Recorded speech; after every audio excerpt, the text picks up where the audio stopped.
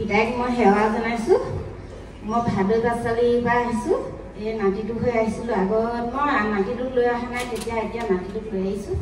দুৰ্গা পূজাৰ আগত আহিছিলোঁ নে পিছত আহিছিলোঁ পাহৰি থাকিলোঁ। এতিয়া মানে নাতিটো অলপমান ইয়াত তেল পানী লগাই ইয়াৰ পৰা নি পিনে অলপমান সুস্থ হৈছে নে আগত জ্ঞানটোও নাছিলে আৰু বগাব নোৱাৰিছিলে, সেইটো এতিয়া অলপমান চুঁচৰি পিনে যাব পৰা হ'ল। এই ছায়া বাইদেৱে মোক মাতিলে, তাত বৰষাহঁতৰ ঘৰত হেৰি আছিলে, এনেকুৱা মণ্ডলে মানুহে প্ৰাৰ্থনা কৰিছিলে যে, তেতিয়া মানে মোক মাতিলে। তেতিয়া ল'ৰাটো অলপমান আহি পিনে মেলি দিছোঁ, বিচনাত বগাব পৰা হৈছে।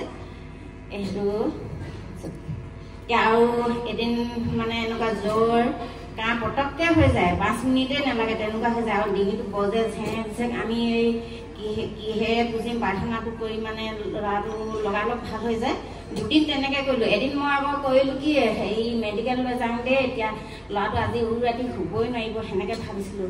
মেডিকেল নিম বুলি কওঁতে মোৰ মানে ইয়াৰো সেনেকুৱা হৈ আছে। তাৰপৰা ছোৱালীজনীয়ে প্ৰাৰ্থনা কৰি দিলে, মোৰ একদম এই ভৰিটো হাড়ডাল একদম পূৰা ভিতৰত বিষাব ধৰিলে। তাৰপৰা মই ভাবিছোঁ মোৰ ভৰিটো মোৰ ইমান বিষ উঠিছে, কি হ'ল বা। এইদিনাখন ছোৱালীজনীয়ে কৈছে যে কি মা ভুল হৈছিলে, মা বোলে পটককৈ মেডিকেল নিম বুলি ক'লে যে বোলে, সেইকাৰণে বোলে আপুনি প্ৰাৰ্থনা কৰক বোলে।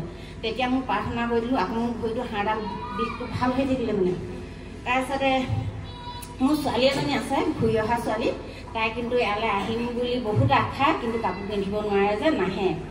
ছোৱালীজনী তাৰমানে বিয়া সোমাওঁতে মানে কিবা কিবি হ'লা, সেইবোৰ জবা বুঢ়া কিবা। তাৰপিছতে হেৰি কি বুলি কয়, সেইদিনা মই এই বৰষা ঘৰত প্ৰাৰ্থনা আছিলে যে, ছায়া বাইদেৱে মোক ফোন কৰি মাতিলে। তাৰপৰা তাত গ'লোঁ। ছোৱালীজনীয়ে মই বোলে মা আজি অকল যিচুকে মই বোলে দেখি আছোঁ বোলে চকুৰ আগত, কিনো হ'ল মই নাজানো বুলি কৈছে, ঘূৰি আহিছোঁ কৈছে।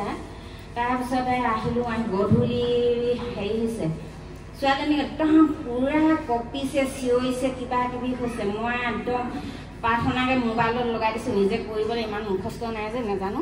তাৰপিছতে হেৰি কৈছে, তাৰপৰা হেৰি বোলে অকণমান দেৰি মোৰ যদি ভুল হৈ যায়, প্ৰাৰ্থনাটো যদি মোবাইলত নলগাওঁ নহয়, একদম প্ৰাৰ্থনা কৰ, প্ৰাৰ্থনা লগা খাপ চিঞৰে। কিতাপ প্ৰাৰ্থনাটো লগাই দিলে মনে মনে থাকে। তাৰপিছতে সাক্ষ্য সেইটোৱে আছিলে।